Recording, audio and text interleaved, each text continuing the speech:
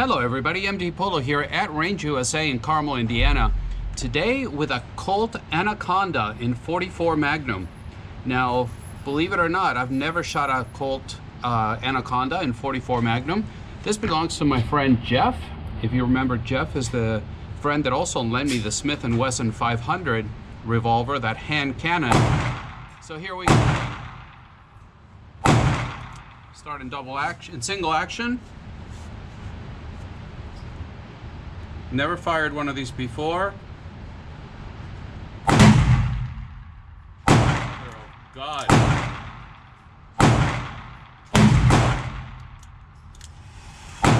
That's incredible. But very controllable.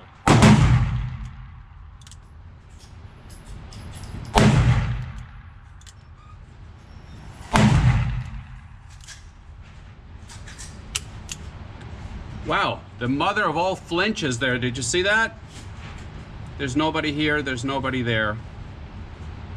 So, Colt Anaconda in .44 Magnum. Let's turn you around.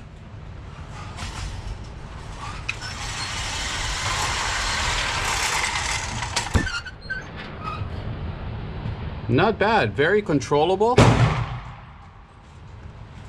Now he tells me that those were just the regular loads and that he's got some hotter loads. So let me turn you around, load it again with the hotter stuff, and come back at you. We're back with the Colt Anaconda .44 Magnum. This time is the hotter load. Not sure what that really means. He just, my friend Jeff just said that this was the hotter load. But we'll see. We're gonna start one more time in single action. Let's just see what happens.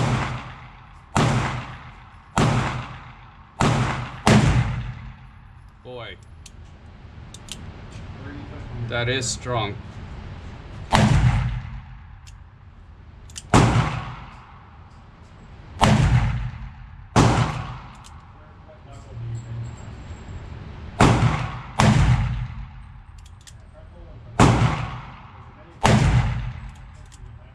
I think that was, nope, one more. Yep, together with another beautiful flinch. We are unloaded. Completely clear. But look at the size of this thing. Turn you around. So we'll check the video later and see how much more of a flash you could see. But that was the 2 cylinders of .44 Magnum from the Colt Anaconda. All right, let's go to the tabletop.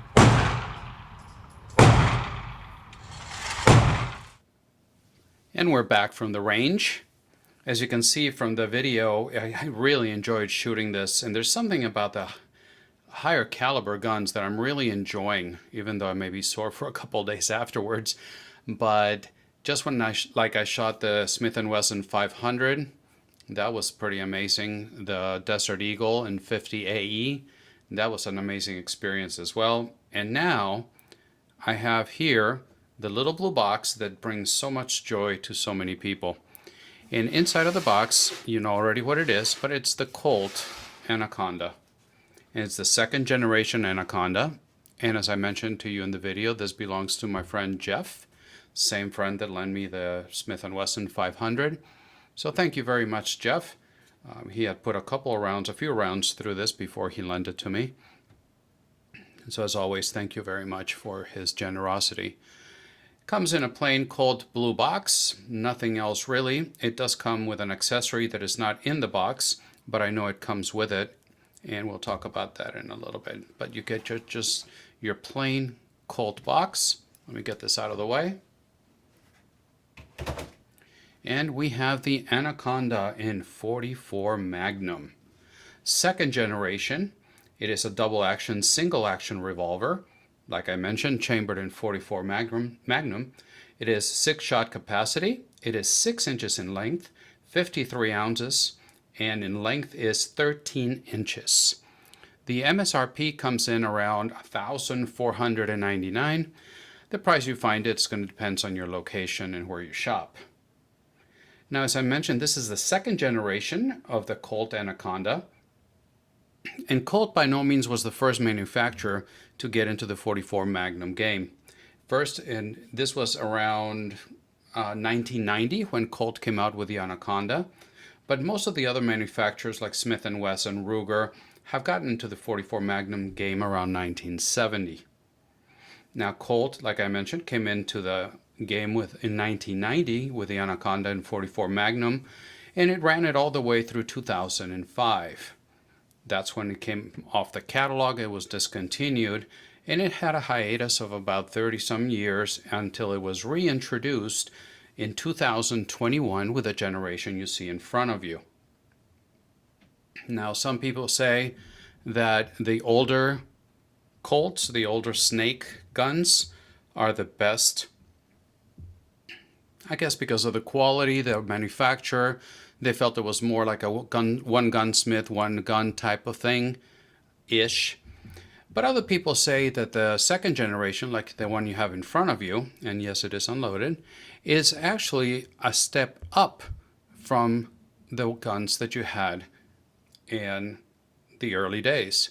And that is because there has been a lot of advancements in modern metals, in manufacturing, the tolerances, that all that is going to give you overall a much better revolver. So you got two camps. They firmly believe their side. So I guess it depends on which camp you fall into. I'm just letting you take a look at it. Some people say because of the modern manufacturing techniques, the tighter tolerances, that's also going to lead you to better accuracy. So I'd love to know what do you think. If you can leave me the comment in the comment section, let me know, what do you think about this? Do you prefer the older ones? Do you prefer the newer version, the second generation? Starting at the top, like we always do, then you got at the front, you got a ramp sight, as you see there, with a fluorescent orange insert that is very visible. In the back, you've got a fully adjustable rear sight. It's fully adjustable for windage and elevation. And since we're here, you can also see that it's got the two screws here. It comes with a Picatinny rail, and that's the accessory I mentioned at the beginning that comes in the box, but it's not in it right now. I guess my friend Jeff took it out. But you got these two screws here. This, you can mount an optic here. You can mount the Picatinny rail here. And also you can see that the rest of the revolver is a beautiful polished steel. And at the top is more of a matte stainless, and that is to reduce the glare. So Colt made a wonderful job there, did a wonderful job there. You have the iconic ribbing at the top. And I can't remember where I read it or saw it in a video somewhere, that a good way to tell just by looking at it, if you got a 2-inch, a 4-inch, a 6-inch, an 8-inch snake gun, is by the number of vent holes on it, the ribs. So this being a 6-inch, you got 3 ribs. If you got 4 ribs, do the math. So that's a very quick way to tell if you got a 2, 4, 6, 8-inch snake gun. Another nice thing, if you look at the dust cover under the barrel, you got a full size, it goes the full length. And at the front, you got a very nice target recess crown. As you can see there. So a lot of attention to detail. The sights, of course, if you wanted to change them, put something else on, you can remove them and put whatever your heart's content. Moving down to the frame. The frame, of course, is also stainless steel. And as you can see here, my friend Jeff got this at an NRA event. So that's why it's got the logo there of the NRA. On the other side, you got the ramp pent Colt. And then typical Colt, you pull to open the cylinder versus a Smith & Wesson where you would push. And there you go, you got a very nice cylinder. The timing is perfect, the lockup is perfect. You can see it's a little bit dirty from shooting it today. It's your ejector, it works perfectly fine.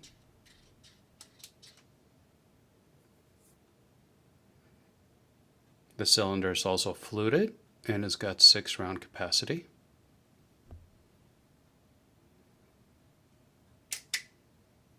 Wonderful lockup, you can hear that. It's just like a Rolex, it fits so beautiful. Very nice.